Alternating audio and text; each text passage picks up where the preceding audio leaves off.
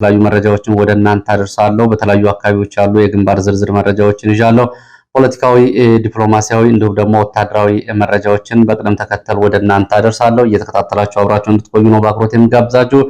አብይ አህመድ ቁልፍ የሚባሉ የደህንነትና የደህንነት ኃላፊዎች ቦታ ላይ ተጨማሪ ሰዎችን በመመደብ ከስራ ውጭ እንዲሆኑ አድርጓቸዋል የሚለውን መረጃ ጨምሮ ከግቢ ከቤተ መንግስት የደህንነት ጥበቃዎች ጀምሮ ዋና ዋና ተቋማት ላይ አብይ አህመድን ላለፉት 6 እና 7 ዓመታት በታማኝነት ሲያገለግሉ የነበሩ ሰዎች አሁን ደግሞ በእነሱ ላይ ሌሎች ሰዎችን በመሾም እነሱን ከስራ ውጭ እንዲሆኑ አድርጓቸዋል።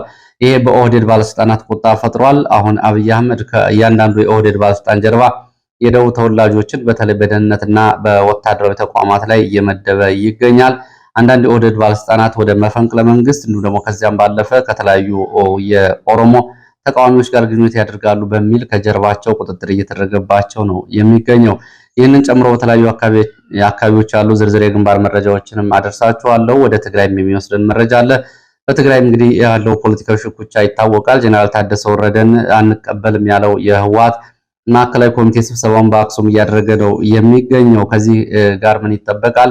እንዲሁም ደግሞ በህወሓት ውስጥ ያለው አንጃ እንደገና ጀነራል ታደሰ ወረደን ማዕከል ማድረግ በሚደግፍና በማይደግፍ በሚል እንደዚሁ በሁለት ተከፍሏል። ይህ ወታደራዊ አዛዦችን ጨምሮ ያካትታል። በወታደራዊ አዛዦቹ እነማን ጀነራል ታደሰ ወረደን እየደገፉ ነው፣ እነማን ከፖለቲካው ቡድን ደግሞ የትኞቹ እየደገፉ ነው የሚለውን ዝርዝር መረጃ በዚህ ሰዓት የምትሰሙ ይሆናል። አብራችሁ እንድትቆዩ ነው በአክብሮት የምጋብዛችሁ። በተለያዩ አካባቢዎች ያለ ዘመቻ በተለይ በራያ ቆቦ ቀጠና በደጋማውና በቆላማው ቀጠና ያለውን ውጊያ በተመለከተ ዝርዝር መረጃዎችን በዚህ ሰዓት ወደ እናንተ አደርሳለሁ። አብራችሁ እንድትቆዩ ነው በአክብሮት የምጋብዛችሁ።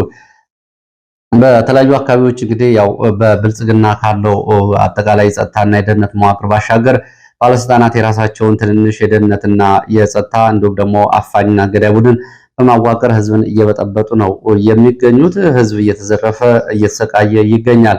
ይሄ በተለይ በኦሮሚያና በአማራ ክልል አዲስ አበባን ጨምሮ ያለው ሁኔታ እጅግ አስከፊ ደረጃ ላይ ደርሷል። በባህር ዳር ከተማ በተደጋጋሚ በታጠቁ የመንግስት የጸጥታ ኃይሎች በሚሊሻና በአድማ ብተና አባላት በአብዛኛው የሚፈጸሙ ወንጀሎች በተደጋጋሚ ከህዝቡ ቅሬታ ሲቀርብ ነበር የቆየው። አሁን ይህንን የሚያረጋግጡ ግልጽ የሆኑ ወንጀሎች በጸጥታ ኃይሎች ተፈጽመዋል። ከነዚህ መካከል ዛሬ በባህር ዳርና በአካባቢው መነጋገሪያ ከሆነው መካከል የአድማ ብተና ሻለቃ አዛዡ አንድ ሆቴል ቤት በመግባት አንዲት ልጅ አስገድዶ በመድፈር የፈጸመው ግድያ መነጋገሪያ ሆኗል። እስካሁን ድረስ በቁጥጥር ስር አልዋለም። ይህንን ጨምሮ እንግዲህ በተለያዩ ገጠራማ አካባቢዎች ለጦርነት ስምሪት ላይ የሚገኘው ወታደሮች፣ አድማ ብተናዎችና ሚሊሻዎች የሚፈጽሟቸው ግፍና ሰቆቃዎች ምን ያክል ደረጃ ላይ እንደደረሱ በዚህ በባህር ዳር የተፈጸመው ይሄ ማሳያ ነው። እነዚህ እንግዲህ ወንጀሎችን ሲፈጽሙ ማንም የማይቆጣጠራቸው ጦርነቱን እንደ ወንጀል መፈጸሚያ ስልት የሚጠቀሙ እገታን፣ አስገድዶ መድፈርና ሌሎች ደረቅ ወንጀሎችን የሚፈጽሙ የጸጥታ ባለስልጣናትና አዛዦች ይሄ ትልቅ ማሳያ ነው። ይህንን ጉዳይ በተመለከተ ከደረሰ መረጃ መካከል በባህር ዳር በአድማ ብተና አዛዥ አሰቃቂ ወንጀል መፈጸሙ ታውቋል። ሚያዝያ 7 2018 ዓ.ም በባህር ዳር ከተማ ቀበሌ 6 መኳንንት ስለሽ ተብሎ በሚጠራ ሆቴል በመስተንግዶ ስራ ላይ የተሰማራች ማህሌት የተባለችን ወጣት የአድማ ብተና አዛዥ በአስገድዶ መድፈር ከፈጸመ በኋላ አሰቃቂ ግድያ ፈጽሞባታል። ይሄ አስደንጋጭም መነጋገሪያም ሆኗል።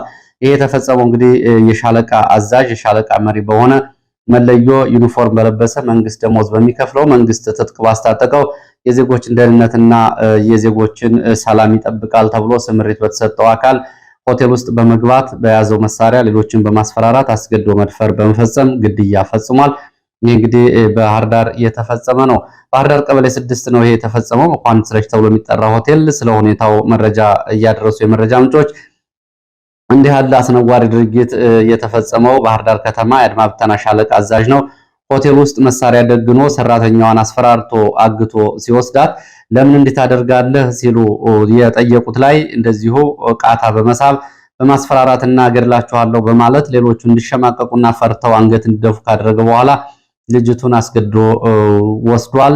ዝም ሲሉ ልጅቷን እያስፈራራ ተሸክሞ ወሰዳት። ለምን እንዲህ እንዳደረገ ሲጠየቅ ገድላችኋለሁ የሚል ምላሽ የሚሰጠው ይሄ የሻለቃ አዛዥ አስገድዶ መድፈር ከፈጸመ በኋላ በአሰቃቂ ሁኔታ በጥይት ደብድቦ ገድሏታል። ደሟንም እንደዚሁ በመኝታ ቤት በግፍ እንዲፈስ አድርጎታል ነው ያሉት። የባህር ዳር ከተማ ውስጥ ይሄ ከተፈጸመ በገጠራማ አካባቢዎች የስምሪት ላይ የሚገኘው ሚሊሻ ወታደር እንዲሁም ደግሞ አድማ ብተና ምን እየፈጸመ እንደሆነ ይሄ ትልቅ ማሳያ ነው ይላሉ የመረጃ ምንጮቹ። እንግዲህ ምን ያህል ወንጀሎች እንደተፈጸሙ በተደጋጋሚ መረጃዎች የማጋለጥ ስራ ሲሰራ ብዙዎቹ ይህንን በመገልበጥ ሌሎቹስ ምን እየሰሩ ነው በሚል መከራከሪያ ሲያቀርቡ ነበር። ይሄ ሻለቃ አዛዡ ነው ባህር ዳር ከተማ ውስጥ ይህንን የፈጸመው አካል እስካሁን ድረስ ደግሞ በቁጥጥር ስር አለመዋሉ ጉዳዩን አነጋጋሪ አድርጎታል። ከሁለት ሳምንት በፊት እንደምታስታውሱት ጎንደር አዲስ ዘመን ከተማ እናት በባሏና በልጆቿ ፊት አስገድደው የደፈሩ ወታደሮች ምን ጉዳት እንዳደረሱ በወቅቱ ይታወቃል። ይህንን ክብሬ ተነክቷል ያለው አባወራ መርዝ ጠጥቶ ሆስፒታል ገብቶ ነበር። ሴቷም እንደዚሁ በቡድን በመደፈሯ ከልጆቿና ከባሏ በፊት ታማ ሆስፒታል ገብታ ነበር። ይሄ መነጋገር የነበረ ጉዳይ ነው። በተመሳሳይ እንደዚሁ ከ4 ቀናት በፊት በምስራቅ ጎጃም ሸበል በረንታ ወረዳ በአንድ የሚሊሻ አባል የጾታዊ ጥያቄን አልተቀበልሽም ያላትን ታዳጊ በጥይት ከገደለ በኋላ አባቷ ለምን እንዴት አድርጋለህ ሲሉ እሱንም ጨምሮ መግደሉ ይታወቃል። በእርግጥ ይሄ የሚሊሻ አባል በመከላከያ ወዲያውኑ እርምጃ ተወስዶበታል የሚሉ መረጃዎች ወጥተዋል። እንግዲህ እንደዚህ አይነት አሰቃቂ ግፎች ናቸው አባትና ልጅ የሚገደሉበት፣ በልጆች ፊት እናትና ሴት የሚደፈሩበት፣ እንዲሁም ደግሞ የተደፈሩ ሴቶች መረጃ እንዳያወጡ በሚል በአሰቃቂ ሁኔታ የሚገደሉበት ስርዓት ነው ያለው። ይሄ እንግዲህ በሌሎች በማይታወቁ አካላት የተፈጸመ ቢሆን እንደ ሁልጊዜው ደረቅ ወንጀል ሊባል ይችላል። ይሄ ስምሪት በወሰዱ የጸጥታ አካላት በወታደሮች በአድማ ብተናና በሚሊሻ ከተፈጸሙ ወንጀሎች መካከል ነው። አዲስ ዘመን ይህን ወንጀል የፈጸሙት አማርኛ በወጉ መናገር የማይችሉ ወታደሮች እንደሆኑ እንግዲህ ተጎጂዋ ተናግራለች። ምስራቅ ጎጃም ሸበል በረንታ ይህንን የፈጸሙ የሚሊሻ አባል እንደሆነ መረጃዎች ያሳያሉ። ባህር ዳር ትላንትና ይህንን የፈጸመው እንግዲህ በአድማ ብተና አዛዥ ሻለቃ ማዕረግ ያለው ያምራል የሚባል የአድማ ብተና አዛዥ እንደሆነ ነው መረጃዎች የሚያሳዩት። ይህ እንግዲህ በጸጥታ ባለስልጣናት የሚፈጸመው ወንጀል ነው። እንግዲህ በእነን በቁጥጥር ስር አልዋለም እስካሁን ድረስ። ከዚህ በፊት በሚሊሻ በአድማ ብተና በባህር ዳር ከተማ ውስጥ ተደራጅተው ወንጀሎችን ሲፈጽሙ ነበር። የመንግስት ተሽከርካሪዎችን ጭምር በመያዝ እገታዎችን፣ ግድያዎችን ይፈጽማሉ። ከሌሎቹ ወንጀለኞች ጋር በተባባሪነት ይሰራሉ። ይሄ ከአንድም ሁለት ጊዜ ዘገባ ቀርቦበት የነበረ ነው። አሁን እንግዲህ እዚህ ደረጃ ላይ ደርሷል ግፍና ሰቆቃው። ሌላው ባህር ዳር እንደዚሁ ከምርጫ ጋር የተያያዘ ፖለቲካዊ መረጃ፣ ምርጫ ካርድ አልወሰዳችሁም በሚል በህዝቡ ላይ ማዋከብ እየተፈጸመ እንደሆነ የከተማው ነዋሪዎች ለኢትዮ ፎከስ ገልጸዋል። በባህር ዳር ከተማ የአፄ ቴዎድሮስ ክፍለ ከተማ ነዋሪዎች ትላንትና ሚሊሻና አድማ ብተና ቤት ለቤት በመዞር መታወቂያዎቻችን በሙሉ ቀምተው ወደ ቀበሌ ወሰዷቸው ነው የሚሉት። ወደ ቀበሌ መታችሁ መታወቂያችሁን ውሰዱ፣ መታወቂያ ቤት ለቤት ገብተው ሰብስበው ወሰዱ፣ መታችሁ ውሰዱ አሉን። ይህንን ለምን ብለን ስንጠይቃቸው የምርጫ ካርድ ካልወሰዳችሁ የምርጫ ካርድ የምትወስዱት የቀበሌ መታወቂያችሁ የሚሰጣችሁ የምርጫ ካርድ ስትወስዱ ብቻ ነው በሚል መታወቂያዎችን ለማግኘት ወደ ቀበሌ መምጣት እንዳለብን በአስገዳጅ ትዕዛዝ ሰጡን። ወደ ቀበሌ ሄደን መታወቂያዎቻችን ለማውጣት ስንሄድ የምርጫ ካርድ ካልወሰዳችሁ መታወቂያችሁ አይሰጣችሁም በሚል ማስገደድና ጫና ውስጥ እየተፈጸመብን ነው። መምረጥ እና አለመምረጥ መብታችን ቢሆንም አሁን ግን ይህን እየሆን ነው። መታወቂያችንና ማህበራዊ እንቅስቃሴያችን ጭምር እየተገደበ ነው ሲሉ ነው ይህንን የገለጹት። እዚሁ ባህር ዳር ከተማ ደግሞ ሌላ ተመሳሳይ እንግዲህ በፋብሪካዎች አማካይነት የሚፈጸም የነዳጅ የጥቁር ገበያ ዝርፊያን የተመለከተ መረጃ ወጥቷል። በነገራችን ላይ በኢትዮጵያ ውስጥ በኢንቨስትመንት ስም የገቡት አብዛኞቹ የህንድ ኢንቨስተሮች ከባለስልጣናት ከአካባቢ ባለስልጣናት ጋር ህገወጥ ተግባራት የሚሰሩ የማጭበርበር ስራዎችን የሚሰሩ ባንክ ብድር በመውሰድ እንደዚሁ የባንክ ብድር እንኳ የማይመልሱና የሀገርን ሀብት የሚያወድሙ የባለስልጣናት መጠቀሚያ የሆኑ ናቸው። እነዚህ መካከል በትላንትናው ዕለት በጅማ ኢንዱስትሪ ፓርክ የአቮካዶ ዘይት ፋብሪካ በመክፈት የተፈጥሮ ማዳበሪያ ወደ ህንድ የሚልኩ የኦህዴድ ባለስልጣናትንና የህንድ የኢንቨስተሮችን በተመለከተ መረጃ አድርሻችሁ ነበር። ዛሬ ደግሞ ከባህር ዳር ከደረሱት መረጃዎች መካከል በባህር ዳር ከተማ የሚገኘው የህንድ የብረታ ብረት ፋብሪካ እንግዲህ በብረታ ብረት ማቅለጫ ፋብሪካው ሪቫል ስቲል ማኑፋክቸሪንግ ተብሎ የሚጠራ ፋብሪካ ባለቤት ነዳጅ በጥቁር ገበያና በችርቻሮ እየሸጡ ነው የሚገኙት። አሁን እንግዲህ በመካከለኛው ምስራቅ ያለውን ጦርነት ተከትሎ ነዳጅ እጥረት በኢትዮጵያ ውስጥ መኖሩ ይታወቃል። አሁን ግን በዚህ ፋብሪካ ውስጥ ነዳጅ ችርቻሮና በጥቁር ገበያ እየተሸጠ ይገኛል። ፋብሪካው ውስጥ የነዳጅ ቦቴዎች እንዲገቡ ተደርጎ ነው ነዳጅ በጥቁር ገበያ እየተቸበቸበ የሚገኘው። ነዳጁ ለባህር ዳር ከተማ ማደያዎች ከጅቡቲ ተጭኖ የመጣ ቢሆንም ከብልጽግና የአካባቢ ባለስልጣናት ጋር በመመሳጠር የህንድ አጭበርባሪ ኢንቨስተሮች ጋር በመሆን ወደ ፋብሪካው ግቢ ውስጥ በማስገባት ቦቴ የጫኑ ነዳጆችን እዚህ ውስጥ እንደ ነዳጅ ማደያ ነዳጅ እየተቸበቸበ ይገኛል ተብሏል። እንግዲህ ይህንን በተመለከተ የብልጽግና ባለስልጣናት የአካባቢው የንግድ እና የጸጥታ ባለስልጣናት እጃቸው አለበት አብሮ ብለዋል። ይህንን መረጃ ለህዝብ አድርስልን ብለዋል።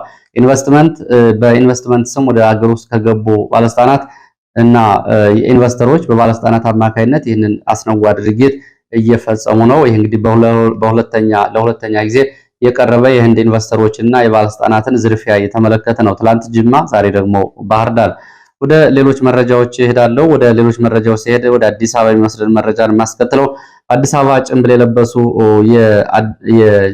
የለበሱ የደህንነትና የጸጥታ ሰዎች የአዲስ ስታንዳርድ ጋዜጣ ማኔጂንግ ኤዲተርን ከስራ ቦታ አፍነው መውሰዳቸውን አዲስ ስታንዳርድ ጋዜጣ ዘግቧል። የአዲስ ስታንዳርድ ጋዜጣ እንደዘገበው የባልደረባቸው የት እንደደረሰ አልታወቀም። ጋዜጠኛ ሚሊዮን በየነ የአዲስ ስታንዳርድ ማኔጂንግ ኤዲተር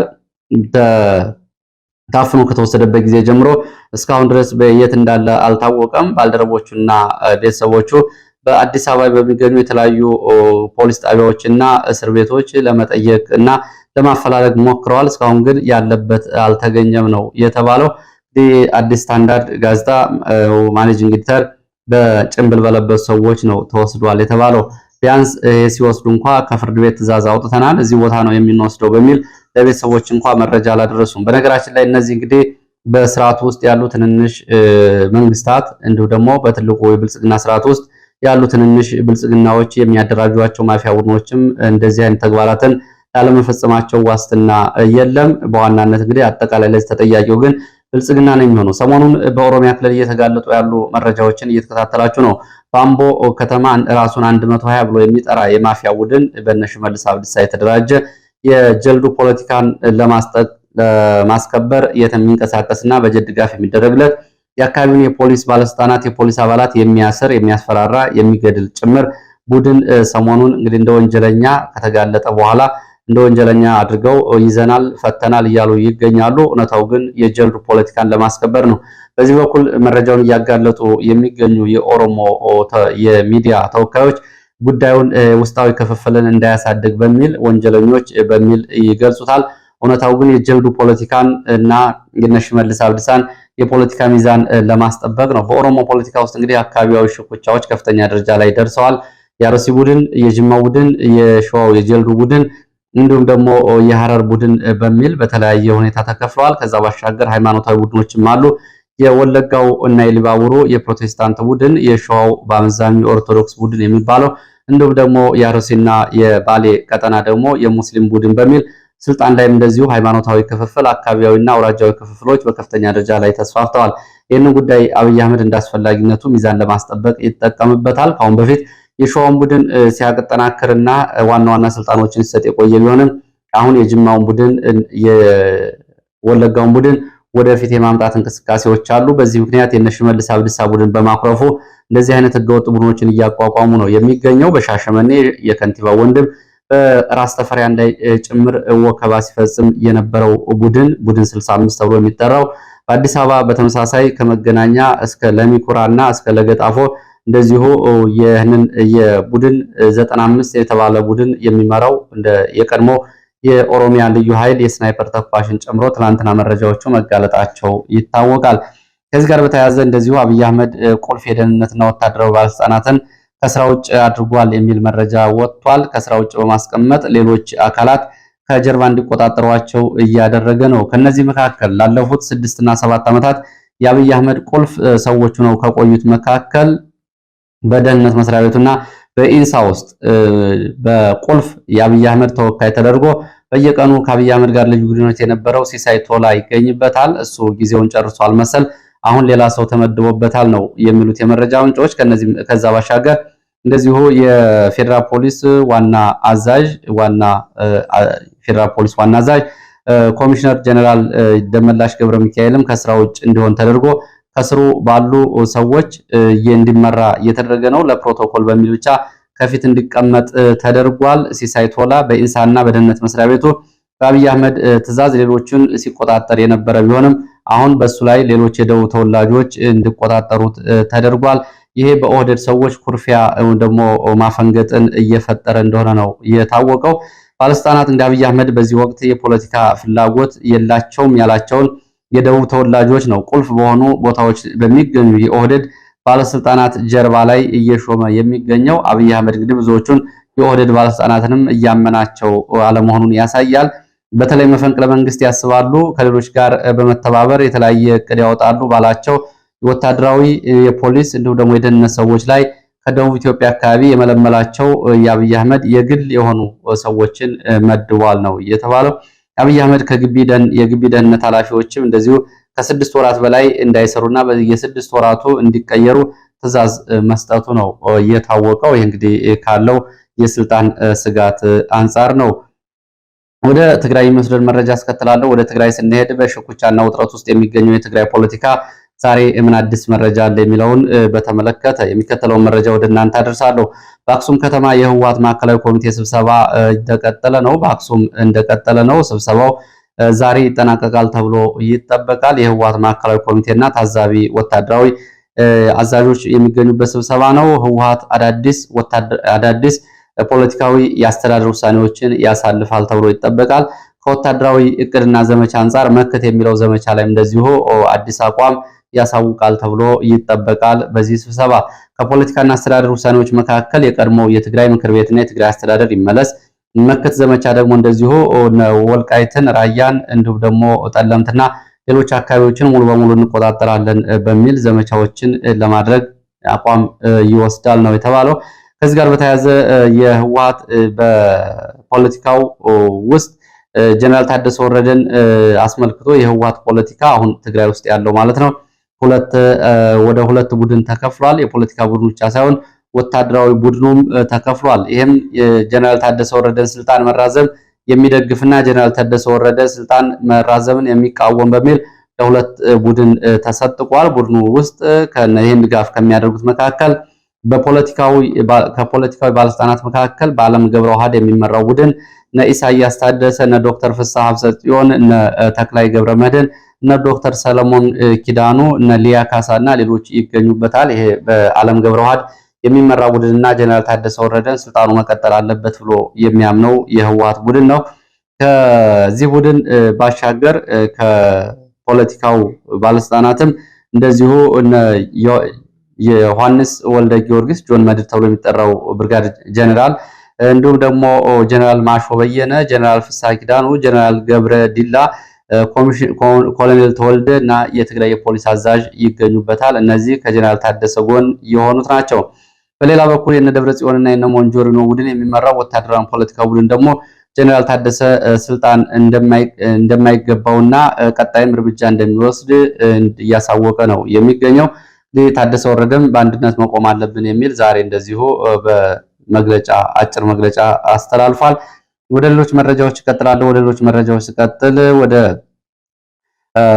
በራያ ቆቦ ቀጠና ያሉ መረጃዎችን አደርሳለሁ። ወደ ሰሜን ወሎ ራያ ቆቦ ቀጠና ሶስተኛ ቀኑን የያዘው ዘመቻ ዛሬም ቀጥሏል። ከጮቢበር ተብሎ ከሚጠራው አካባቢ ዛሬም የመድፍ ድብደባ አልፎ አልፎ እንዳለ የመረጃ ምንጮች ገልጸዋል።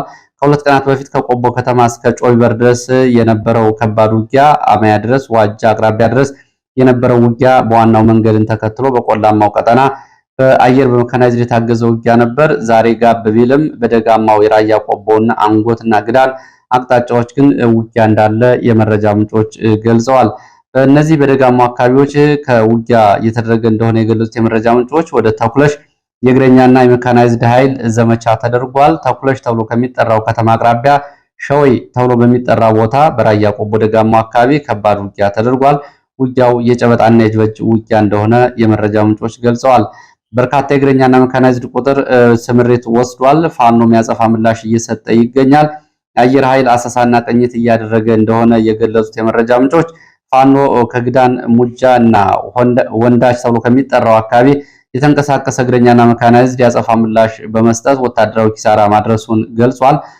በፋኖ የልዩ ዘመቻ የፋኖ አባላት በኮማንዶዎች በተሰጠ ያጸፋ ምላሽ ቢኤም ሮኬት ዙ 23 ጨምሮ በሌላ መካናይዝድ መሳሪያ የታገዘ ውጊያ ያደረገውን ኃይል ወደኋላ እንዲመለስ ማድረጉን ፋኖ አሳውቋል።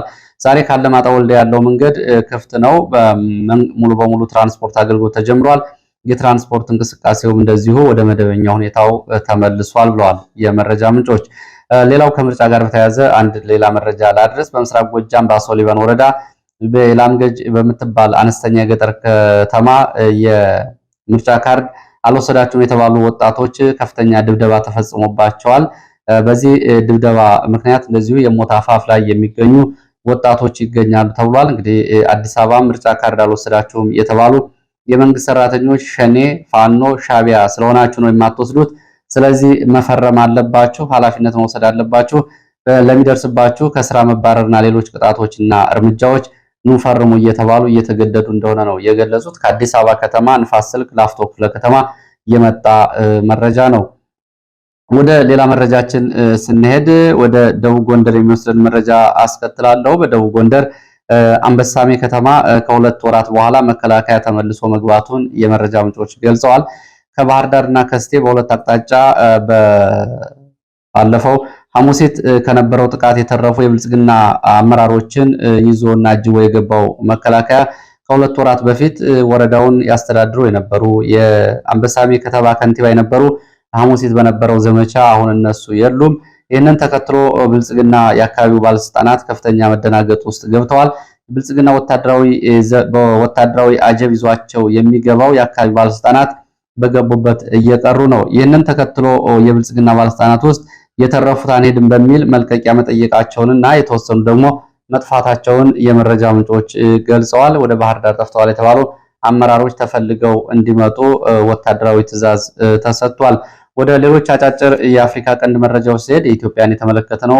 ወደ አፍሪካ ቀንድ ከዩናይትድ አረብ ኤሚሬትስ ወደ አፍሪካ ቀንድ ሀገራት ኢትዮጵያን ጨምሮ ወደ መካከለኛው አፍሪካ ሀገራት ቻድ፣ እንዲሁም ደግሞ ሴንትራል አፍሪካ ኬንያን ጨምሮ የጦር መሳሪያ በ24 ሰዓት የተጓጓዘውን በተመለከተ ዩናይትድ አረብ ኤሚሬትስ ፋጅራ ተብሎ ከሚጠራ የአየር ማረፊያ የጦር መሳሪያዎችን የያዘ አውሮፕላን ቦሌ ዓለም አቀፍ አየር ማረፊያ ማረፉንና የጦር መሳሪያ ማራገፉን የሳተላይት በረራ መረጃዎች ይገልጻሉ።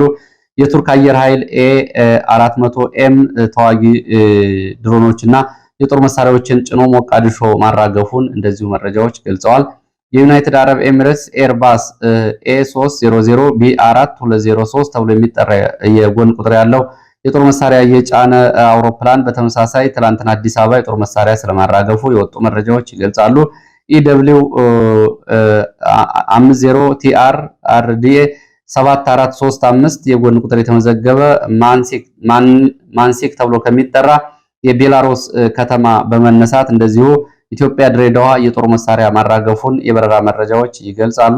በተመሳሳይ እንደዚሁ ከዩናይትድ አረብ ኤሚሬትስ የተነሳ የጦር መሳሪያ የጫነ አውሮፕላን እንደዚሁ አዲስ አበባ ስለማረፉ የመረጃ ምንጮች ገልጸዋል። ዩናይትድ አረብ ኤሚሬትስ ወደ አዲስ አበባ ብቻ ሳይሆን 650 ጀት ከዱባይ ወደ እስራኤል የጦር መሳሪያ ስለማጓጓዟ ያው ዱባይና እስራኤል አሁን ዩናይትድ አረብ ኤሚሬትስ ከፍተኛ የሆነ ወታደራዊ ትብብር ውስጥ ነው የሚገኙት። በተመሳሳይ እንደዚሁ ከዩናይትድ አረብ ኤሚሬትስ ዩአር 2YZ 6M3276 የበረራ ቁጥር ያለው አውሮፕላን ወደ ቻድ ከዩናይትድ አረብ ኤሚሬትስ የጦር መሳሪያ ጭምር አጓጉዟል። ወደ ኬንያ ናይሮቢ እንደዚሁ በተመሳሳይ ከዩናይትድ አረብ ኤሚሬትስ የተነሱ የጦር መሳሪያ ማጓጓዛቸውን የ24 ሰዓት የበረራ መረጃዎች ያሳያሉ። ወደ መካከለኛው ምስራቅ ስንሄድ አጫጭር መረጃዎች መካከለኛው ምስራቅ አሜሪካ ከኢራን ጋር ውጤታማ የሆነ ድርድር እያደረገች መሆኗን ገልጻለች። ስምምነት ላይ እንደርሳለን ስትል አሜሪካ አሳውቃለች። አሜሪካ ወደ ኢራን ወደቦች የሚጠጉና የሚወጡ መርከቦች ላይ የጣለችው እገዳ አሁንም እንደጸና ነው። በዚህ እገዳ ምክንያት 10 መርከቦች ወደ ኢራን ወደቦች ለመጠጋት ሲያመሩ በአሜሪካ የጦር ኃይል የባህር ኃይል እንዲመለሱ ተደርገዋል። ከጦርነት በኋላ ለመጀመሪያ ጊዜ የፓኪስታን የልዑካን ቡድን ወደ ኢራን ቴህራን ገብተዋል። አቀባበል ተደርጎላቸዋል። ከድርድሩ ጋር በተያያዙ ጉዳዮች ከኢራን ባለስልጣናት ጋር ለመነጋገር እንደሆነ ታውቋል። እስራኤል በሂዝቦላ ላይ የሚወስደውን ወታደራዊ ዘመቻ አጠናክሬ እቀጥላለሁ ብላለች። ከሊባኖስ ጋርም ድርድሩ ይቀጥላል። በተለይ በቲታኒያ ወንዝ አቅራቢያ ሂዝቦላን ሙሉ በሙሉ ቀብረዋለሁ ስትል ነው እስራኤል ዛቻ ያሰማችው። የእስራኤሉ ጠቅላይ ሚኒስትር ስለ ጦርነቱና ስለ ስምምነቶቹ ተጠይቀው ሲናገሩ እኛ ከአሜሪካ ጋር ተመሳሳይ ግብና አቋም ስላለን አሜሪካ የምትለውን ሁሉ ይስማማናል፣ እንደግፋለን የሚል ምላሽ ሰጥተዋል። ለሰዓት የነበሩ መረጃዎች እነዚህ ናቸው። ስለተከታተላችሁ በእጅጉ አመሰግናለሁ። በሌላ ተመሳሳይ መርሃ ግብር እስከምን